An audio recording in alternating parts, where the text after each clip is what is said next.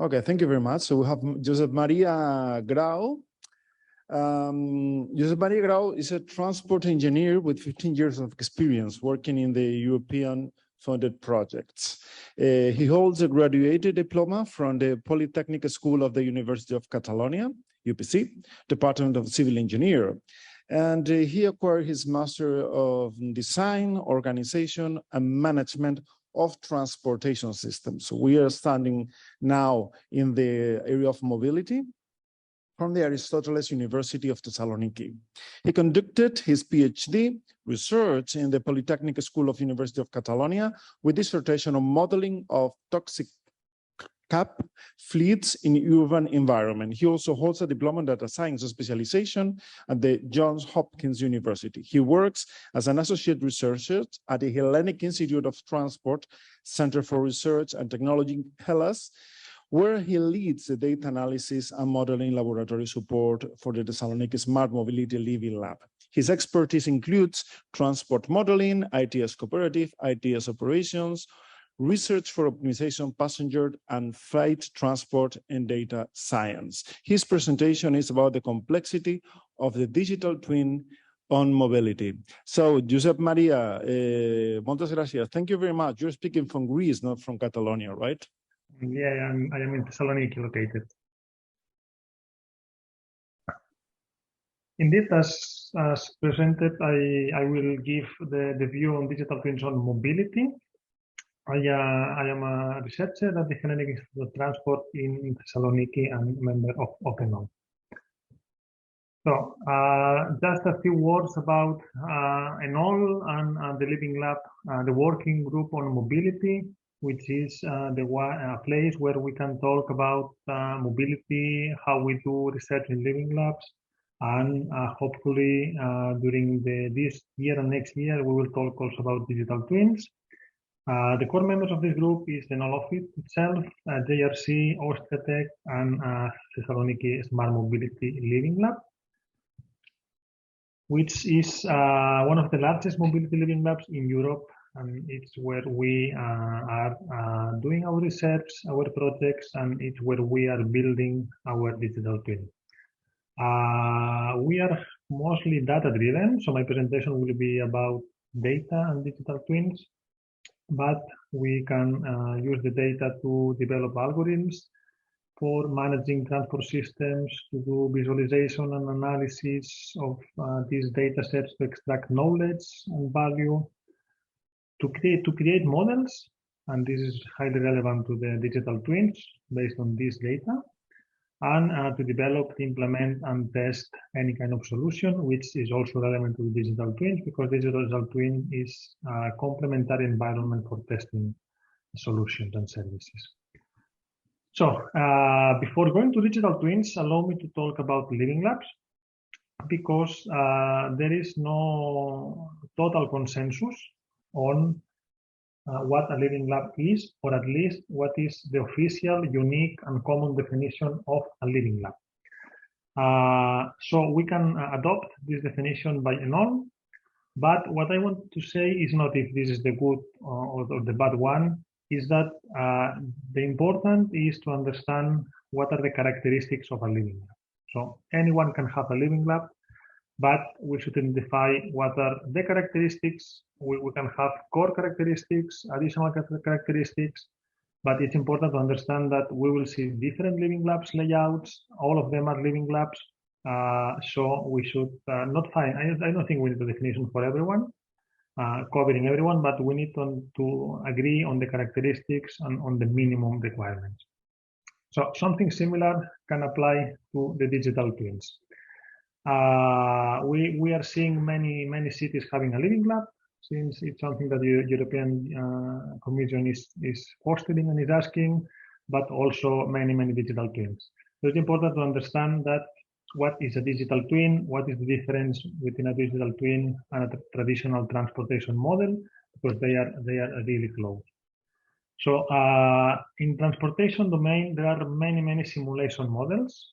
Transport models, they can be macroscopic, microscopic, which are more close to digital twins. But digital twins are uncommon. are not yet as common as models. In the digital twin, we can use the simulation capabilities of the digital twin, the behavior modeling of the digital twin to investigate how the transportation system, how the people in the city will react to our mobility solutions, our mobility systems. So this is something very important. We are talking about behavior of persons, of people, which we can model, but it's not an easy task. We have different models which model behavior on an aggregated way, but we can have also agent-based models which are more individual and could be closer to the digital twin. So what we can say, traditional modeling allows us to create a model of the city, having behavior, having all driving behavior, mode choice behavior, the different individual models we have in the main transportation model, and we can have scenarios. So somehow these models are a kind of digital twin. It's a place where we can test something and see the reaction to our system to what we are testing. But we think that, at least from our point of view and how we are working, that these digital twins should be something more dynamic, should be something more data-driven. All these models requires a lot of data to create, and you need to validate them with a new data set every time. But digital twins should be something more flexible, more dynamic. So the data flow should be some kind of streaming data, a real-time data flow in the digital twin. And this should be used to create the scenarios, to forecast what would happen, and to work with the digital twin to understand the reaction of people. So it's quite close to a model, but we need to work more on this data incubation within it. So the trivial definition is, as digital twin is a digital replica of something. In the case of transportation, we are replicating networks. We are replicating people moving within these networks. We are replicating the way people behave when moving and how they select where to go, what kind of mode they can use. In the case of transport, this is a highly sensorized domain. So we have traffic data, traffic cameras, traffic lights, telematics in our fleets. We can today follow many people using apps, mobile phones, and everything. So there is a high potential on the data side. The expectations is that we can understand how the system will react and provide almost real-time results of scenarios, or even real-time results of something that is happening now. And this is getting more and more attention. So if there is a heavy rainfall, we can simulate and know what will happen almost in real time. But again, we need data, and we need to process all this data and all these models. Then it's about the scenarios. We should be able to build scenarios. We should be able to assess these scenarios, and we should be able to understand that we need some mechanism to create these scenarios. And this is where AI can help us. That maybe it's not a scenario built by an expert, but it's a scenario built by an AI system that it understands how the system will evolve, how the mobility system is evolving. So the challenge is that we should combine and use all these heterogeneous data sources within our model. So more concretely, and being the topic of these days, AI in digital twins is useful to predict what will happen in our system, to capture the patterns, the complex relations in space and time of all these data sets, and do a prediction of something will happen. We are used to predictions mostly being as business as usual. So we have a trend and we can extend the trend, but we need real systems to be able to understand the disruptions in our mobility networks. Of course, it's about data, so we need to feed AI with all these data sources, data sets, so we can rely on AI exploiting this data sets and extracting this knowledge, this information about the future or about the today. It's very important also to understand the patterns of our users, because at the end of the day, the cities are managing these expectations of people willing to move within the city. So we need to extract these patterns, these needs in a systematic and almost automatic way. We can simulate a real world scenario in our digital twin, and this is very important because we can test under almost real conditions, very difficult, very dangerous scenarios. We can replicate the same scenarios. So many projects having pilot implementations have a good complementary task in simulation. We need to simulate scale up of new solutions. We need to simulate autonomous driving under conditions that the law would not allow today. We need to simulate many things in the cities that we could not do in the real world. And of course, these simulations can help us before the implementation to fine tune how we will implement. And AI is a good candidate to help us in doing all these tasks.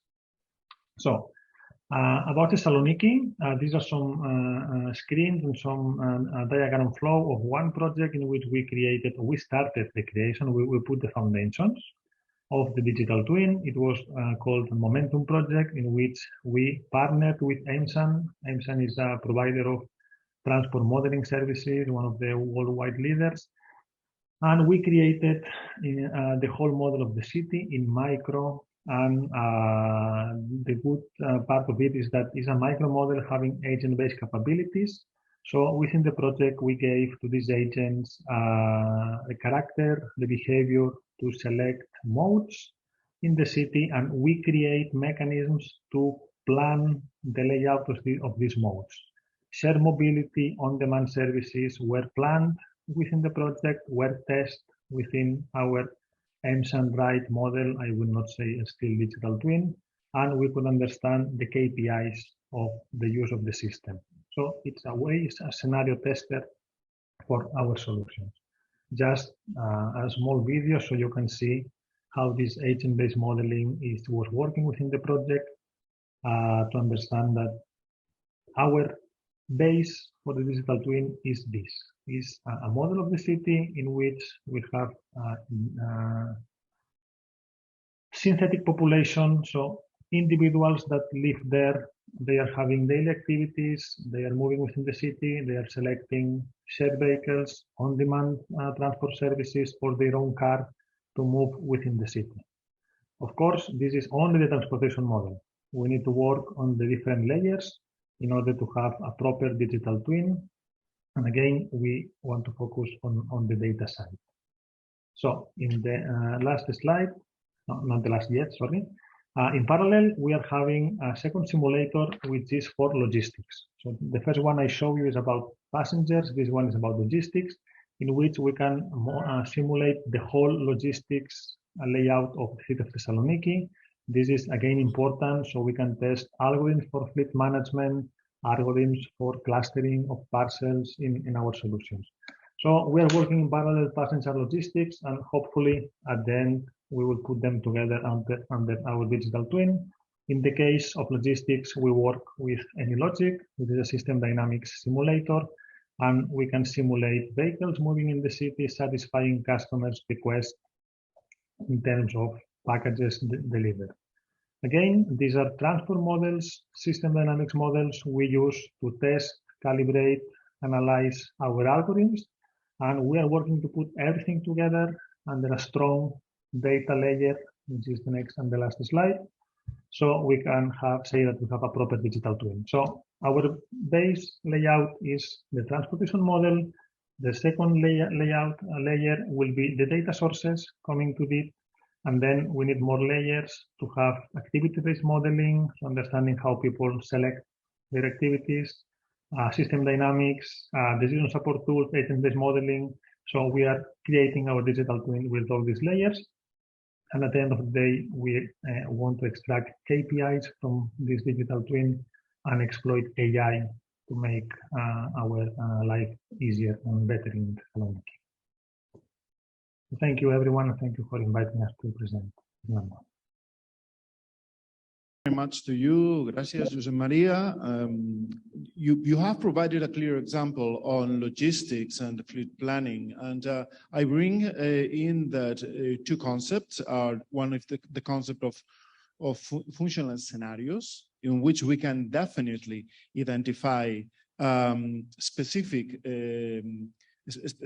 definitions of potential conflicts or relevant interest within our context. You also spoke about the data flow and the consistent data flow from a stream and real data and the analysis of spatial data and temporal data. So I think that it was a very comprehensive and intuitive approach that complements the previous one in understanding how to develop and validate these systems. But I will have a question for you. In your case, this prerequisite of continuous or real life data flow, how do you think that we are, in which moment our public institutions are having in order to provide this? Because otherwise what I perceive is that if we are not having the access to this data, it makes no sense to create a model that should be having the access to that. So which is the infrastructure that we are having in order to feed the data, your digital twin? As of today, is something that, at least in Thessaloniki, we do. Thessaloniki, as part of the Living Lab, we collect most of the mobility data in real time from taxis, bike sharing systems, e-scooter services, trains, traffic lights. I think this is technically feasible, technologically it can happen, but we need, from the operation point of view, cities to understand this need to create the data and to make the data available. So I think this can happen. It's a matter of putting your ecosystem in the same table, defining a governance so they can understand why they are sharing the data, give them back a value back. So give me the data, I can give you value back. And then, yes, you can have your data streaming. Then you should put it together with your model, which is what we are doing today. Thank you very much.